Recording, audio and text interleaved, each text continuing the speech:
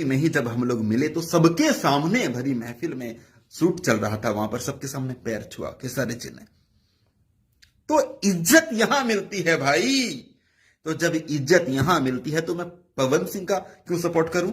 जो इज्जत ज्यादा करेगा उनका सपोर्ट किया जाएगा ना। खेसारी लाल लोगों की इज्जत करते हैं, सिर्फ ब्राह्मणों की नहीं, सिर्फ मेरी ही नहीं, उनके साथ काम करने वाले तमाम टीम मेंबर्स की भी इज्जत करते हैं खेसारी लाल। तो इसीलिए खेसारी लाल का सपोर्ट करते हैं। ग्राउंड लेवल पर आप जाओगे तब ना पता चलेगा। खेसारी लाल के पास कभी जाओ, जो खेसारी लाल से चिढ़ते हैं ना, उनकी बात कर रहा हूं। जो पवन सिंह के फैन है उनको कह रहा हूं, पवन सिंह से भी जाके मिलो ग्राउंड लेवल पे, और खेसारी लाल से भी मिलो। यकीन मानो खेसारी लाल के फैन उसी दिन बन जाओगे, उसी दिन बन जाओगे, ये मैं चैलेंज के साथ कहता हूं। और उसी दिन पवन सिंह से नफरत कर लोगे कि यार ये तो गाली भी देता है, तो मारता भी है सामने जाने से। समझ आया?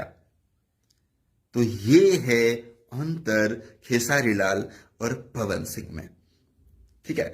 तो इसीलिए मैं खेसारी लाल को सपोर्ट करता हूं। तो इसमें गलत क्या है? पवन सिंह से मेरा कोई दुश्मनी नहीं है। अब यहां आकर के मुझे कुछ लोग गाली देंगे, लेकिन यकीन मानो कि पवन सिंह से वो मिलने जाएगा ना, पवन सिंह का फैन, यकीन मानो पवन सिंह उसके मां को रेल देगा, पवन सिंह उसके बहन को रेल देगा थप्पड़ दिखाते हुए।